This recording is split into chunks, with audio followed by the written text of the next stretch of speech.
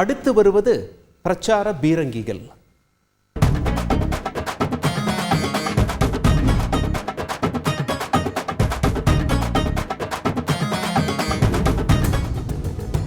भारत माता की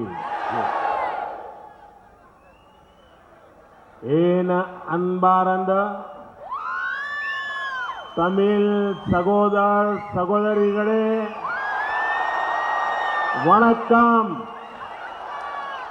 कोई मौका नहीं छोड़ती. இந்தியா கூட்டணியால வளர்ச்சி திட்டங்களை முன்னெடுக்க முடியாது. வெறும் மோசடி, ஊழல் தான் முதன்மையா இருக்கும். ஆட்சிக்கு வந்து கொள்ளையடிப்பதே அவர்களது இலக்கா இருக்கு.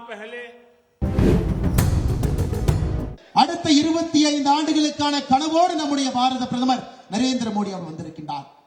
அதனால்தான் சகோதர சகோதரிகளே, 400 என்கின்ற நம்முடைய இலக்கு ஒரு வெறும் வாய்ச்சொல் கிடையாது. 2024 பாராளுமன்ற தேர்தல் முடிந்து உங்களுடைய ஆசையோடு நம்முடைய பாரத பிரதமர் நரேந்திர மோடி அவர்கள் 3வது முறையாக ஆட்சி கட்டளை அமரும் பொழுது 400 என்பது வெறும் வார்த்தை இல்லை, அது இந்திய மக்களுடைய உணர்வு.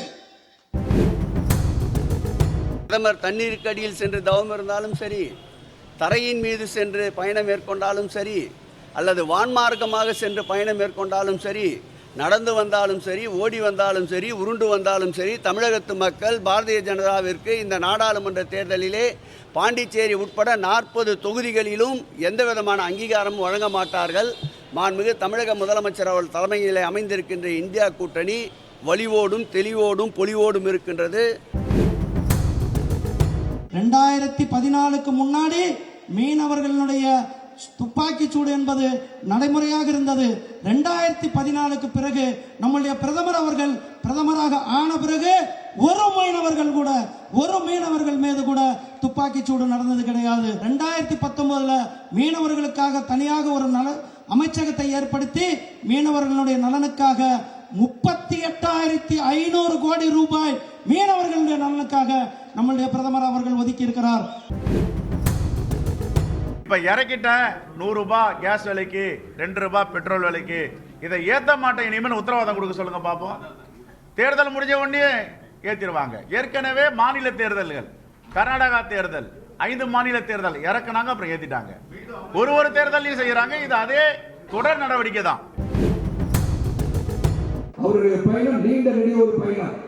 உழைப்பின் சிகரமாக ஒரு சாதாரண குடும்பத்தில் பிறந்து, ஒரு ஏழை குடும்பத்தில் பிறந்து, ஒரு தனிமனிதன் இந்த நாட்டில் சேவை செய்யும் போது, உழைக்கும் போது உயர முடியும் என்பதற்கு எடுத்துக்காட்டு மோடிஜி அவர்கள்.